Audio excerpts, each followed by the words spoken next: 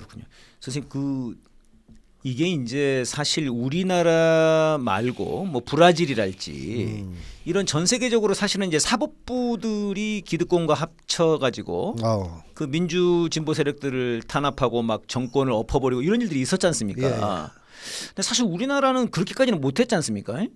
근데 이번에 지금 이제 사법부가 이렇게 딱 그 뭐랄까 본색을 드러낸 건데 예. 어떻게 될까요? 이런 게 한국에서는 먹힐까요 이게? 저는 한국에서 먹히긴 좀 힘들다. 이유가 뭡니까?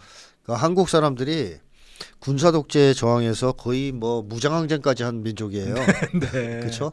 그래서 광주는 광주 세계적으로도 그러네요. 굉장히 지금 많이 회자되고 있는 항쟁입니다. 뭐 동방의 파리 꼬면이라고도 외국 진보 예. 지식인들은 칭송하고 있죠. 그래서 군부 독재하고 그렇게 맞서서 군부 독재를 물리쳤는데 네네. 사실 그것은 한국인들의 위대한 항쟁 때문이기도 하지만 아하. 미국이 전 세계적으로 냉전이 해체되면서 네. 군사 독재를 중심으로 한 통치 방식을 거둬들인 것과도 관련이 있어요. 그러니까 남미를 비롯해 전 세계적으로 군사 독재 정권이 사라집니다. 네. 그 전까지는 거의 다 군사 독재 정권이었죠. 그랬죠. 그러니까 다 쿠데타하고. 예, 미국이 군대를 중심으로 해서 세계 식민지 지배를 했던 시기라고 볼 수 있거든요. 네. 근데 90년대가 넘어서면 냉전이 해체되면서 군사 독재 정권을 유지하기도 좀 어렵고 명분상 또 하나는 신자유주의 체제에 들어서게 되면 그야말로 리버럴한 작은 정부가 필요합니다. 그래서 민간 독재로 전환을 시키죠. 약간 이제 금융 과도 지배 뭐 이런 것들을 미국도 주도하면서 네네. 세계적으로 신자유주의를 퍼뜨리는데 가장 충실히 복무할 수 있는 세력들을 키워내는데 거기에 녹아납니다. 사실은 진보운동이 다 무너져 버려요. 신자유주의와의 물결에. 그러다가 이 세계화가 한계에 부딪혀서 국민들이 반발하기 시작하자 나타난 게 검찰 독재 같은 거예요. 옛날 같은 군사 독재로 회귀하기 좀 어렵지 않습니까? 예. 근데 민간 독재도 쓰긴 써야 되는데 네네. 그냥 돈으로 이제 꼬시는 신자유주의 방식의 독재는 한계를 노정하기 때문에 국민들의 저항이 이제 신자유주의 반대 물결이 거세지니까 사법 체계, 네네. 검찰 이런 걸 동원해서 소위 새로운 형의 독재 체제, 예예. 민간 독재 체제죠. 를 만들어낸 게 검찰 독재라고 볼 수 있어요. 네. 그래서 브라질 같은 경우도 한국과 일맥상통하는 면이 있습니다. 네. 그러니까 미국의 세계 지배 전략이 바뀌었다. 아하. 이렇게 이제 볼 수 있는데 네. 한국인들은 그것도 지금 깨고 나오는 중인 거죠. 이것도 못 견딘다 우리는. 그러니까 제가 봤을 때도 약간 브라질하고는 좀 다른 것 같아요. 예. 그러니까 우리 국민들이 이게 항쟁이 이게 기운이 센가 진짜. 그렇죠. 브라질은 한번 당했지만 다시 룰라가 복귀하긴 했어요. 예예. 꽤 걸렸지 않습니까? 예. 근데 과정이. 뭐 국민항쟁의 결과도 있지만 결국 선거로 결국은 선거로. 복귀된 측면이 강하거든요. 근데 한국은 그때까지 안 기다려요 사람들이. 음. 그냥 들고 일어납니다. 선생님이 말씀하신 거잖아요. 네. 이게 파기자판 되면 그냥 그대로 그날 끝나는 끝나는 거라고. 거죠. 예, 들고 일어나는 거죠. 그걸 용인할 리가 없거든요. 그러니까 이런 흐름 속에서 한국은 더 빨리 검찰 독재가 무너진 겁니다.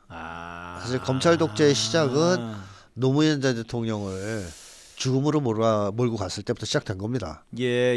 근데 그게 국민들이 아직 명확하게 인식을 못했는데 윤석열 정권이 등장하면서 확실히 정체를 알게 된 거죠. 정체를 알게 된 거죠. 이게 검찰 독재구나. 이게 이놈들이 우리를 지배하는 방식이구나. 그래서 처음엔 약간 쫀득했지만 곧바로 반격에 나서면서 총선에서 참패를 안겨준 거 아니에요? 예. 뭐 그러다 보니까 한국에서는 검찰 독재도 안 먹히는 상황이 온 거고요. 예. 군대 동원을 다시 할 수밖에 없는 초유의 사태가 벌어진 거죠.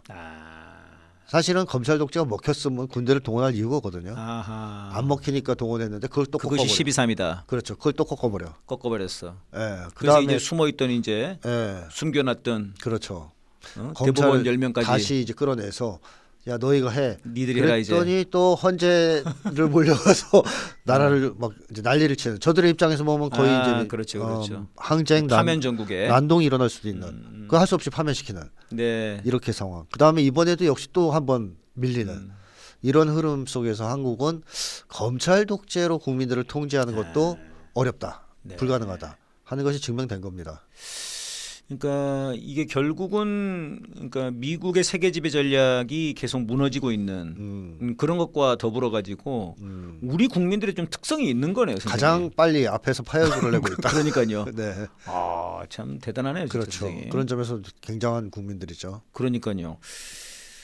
이번에 이제 이 파기환송이 미친 영향이 좀 큰 것 같습니다. 그러니까 민주 진보개혁 세력들한테는 정신을 번쩍 들게. 네, 맞습니다. 아이고, 틈을 주면 안 되는구나 이놈들.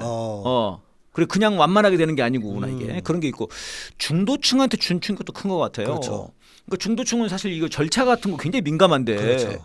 대부분이 이거 뭐냐 이게 6만 페이지 읽었어? 이거 하나로 끝나는 것 같아요. 그리고 해도 너무한다. 진짜 해대도 너무한다. 네, 적당히 하지. 그러니까 저도 제 그 공연하면 같이 옆에 기타 치시는 형님이 열이 받아가지고 이것 때문에 막 진짜 막 분노에 찼더라고요. 분노에. 그런 분들이 대부분이에요. 그러니까요. 네. 아니 그럼 이런 분들이 다 뭐 이재명을 지지하고 그런 분들 아니에요. 맞아요. 네, 맞습니다. 아닌데 열 받아가지고 참을 수가 없는 거죠. 참을 수가 없는. 야 우리나라가 진짜 이 지경이야? 네. 야 적당히 좀 해라. 적당히 좀 해라. 사람이 선이 있어야지 넘지 말아야 돼. 그러니까요. 너희들은 도대체 뭐냐 도대체. 이런 분노. 그러니까 이거를 좀 한국 사회를 인식하게 해주는. 네. 네. 특히 한국인들 제가 계속 얘기하지만 힘에는 굴복 안 하는 반면 아하. 도덕적으로는 엄청 따지는 사람들이에요. 그래서 한국에서는 명분이 없으면 정치 못 한다는 얘기가 나오는 거 아니에요? 그러니까 일본 사람들이 제일 이해 못하는 게 그거라는 거예요. 아하. 왜 한국 정치는 명분이 중요할까? 일본은 안 그래요? 안 그러죠. 힘이 중요하죠. 근데 한국은 어떤 짓을 해도 명분이 없으면 인정을 못 받아요. 차이가 있습니까 그렇게? 그렇죠. 옛날에 일본은 예를 들어서 한 영주가 있는데 영주가 쳐들어와. 네. 명분 같은 게 중요했을까요? 뭐 그것도 걔들도 어느 정도 명분을 내세우긴 했지만 그래도 힘이에요. 힘으로 정리하면 끝이에요. 근데 한국은 그거 하면 바로 두드려 맞습니다. 밀란이 일어나든 반정이 일어나든 한국에서는 명분 없으면 안 돼요.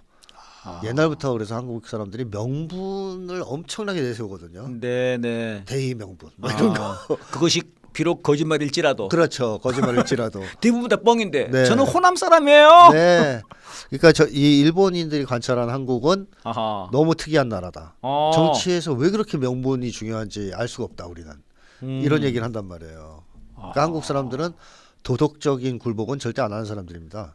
네. 그러니까 이재명 후보가 옳고 그른 걸 떠나서 이거는 말도 안 되는 짓이라는 거예요. 도덕적으로. 네. 선택할 권리를 없애버리니까요. 너무 치사하고 비겁한 짓이다 이거죠. 그렇죠. 치사하고 비겁하다. 이거는 용납할 수 없다. 네. 그러니까 분노가 폭발하는 거죠. 그러니까 중도층이 이렇게 됐고 지금 보수층에서도 네. 뭐 정규제 이런 사람들도 야 이건 있을 수가 없는 거다 판결이. 네.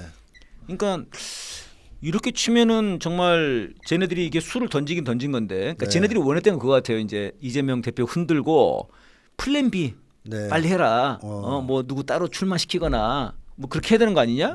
약간 이걸 원했던 것 같은데 국민들이 그냥 들고 일어나고 민주당도 사실은 약간 눈치를 봤던 것 같은데 그래도 일사불란하게 좀 국민들을 따라온 것 같아요. 민주당은 이미 여러 경험을 했죠. 호되게 두드려 맞은 경험이 있었죠.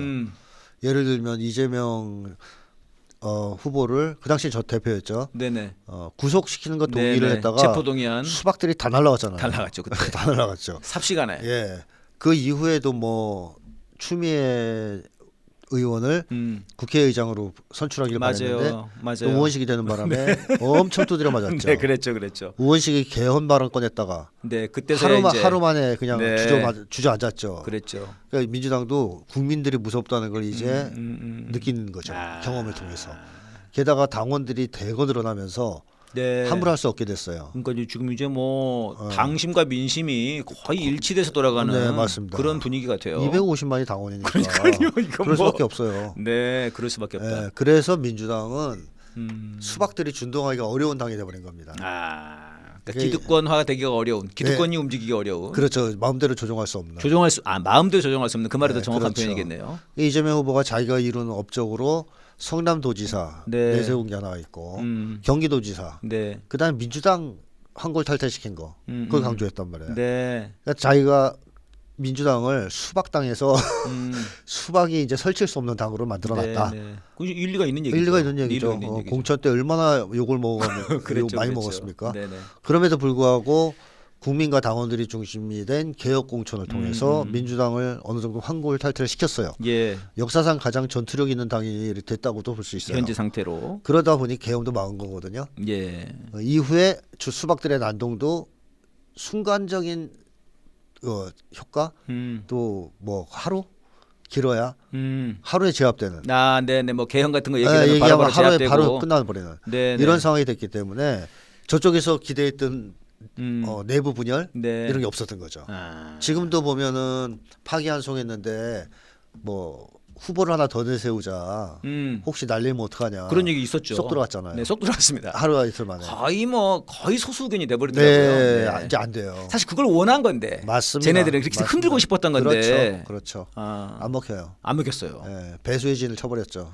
그러니까 이렇게 이제 참 이걸 봐도 국민들의 그런 민심이 얼마나 큰가 이런 생각이 들고 지금 상황 봤을 때는 이제 압도적인 승리를 해야 된다. 아 그렇습니다. 근데 그럴 수 있는 가능성이 사실 더 높아진 것 같아요. 오히려 지금요. 우리를 각성시켰죠. 각성시켰으니까. 우리를 개몽시켰어요. 네, 파기 환송 때문에 개몽되었습니다. 네. 네. 내란 중이다라는 사실을 다시 한번 각성시켜준. 네, 각성시켜줬죠. 내란이라는 사실을 개몽시켜줬죠. 우리에게. 잊지 마세요. 잊지 마세요. 내란 중이에요. 네, 그래서 이제 압도적인 승리의 가능성도 높아진 것 같고요. 이게 이제 저 긴장을 놓지 않고 계속해서 압도적으로 해나가고. 계속 잘해야 됩니다. 사실은 이제 제 생각에는 이게 당선이 되자마자 이 법 개정을 빨리 해가지고 해야 될 것 같아요. 그러니까 이제 이런 말도 안 되는 재판들을 할 수 없는 그런 법 개정들을 좀 해가지고 6월 18일 날 재판이 있다는데 그 전에 삽시간에 다 정리를 해야 되지 않을까. 그렇죠. 안 그러면 또 이 재판으로 유죄 내려가지고 또 선관위로 가져가고 이런 일들을 당선이 됐는데 일을 못 하고 이럴 수 있을 것 같거든요. 그거는 아마 당선되면 알아서 잘 할 거라고 봅니다. 네, 국민들이 요구 안 해도 괜찮을까요? 잘 할까요? 안 해도 뭐 일을 네. 하려면 해야 되니까. 꼭 그렇게 좀 해야 될 것 같습니다. 네. 그래서 좀 그러니까 압도적인 대선 승리 그다음에 압도적인 개혁. 그렇죠. 예, 이게 또 중요한 것 같아요. 정광석화 같은 개혁. 전광석화. 트럼프를 찜쪄먹을 속도로. 정광훈이 떠오르는데 네. 정광훈은 없애고. 네. 네. 아 트럼프 찜쪄먹은. 트럼프도 속도는 빠르잖아요. 빨랐는데 사실 지금 잘 안 되는 것 같아요. 삽질이라서 그렇지. 네, 지금은 뭐 거의 약간 좀 주춤하죠. 주춤하죠. 네. 네, 아무튼 그런 그 아주 정말 속도를 압도적인 속도로다가 네, 승리와 계획을 해나갔으면 좋겠습니다.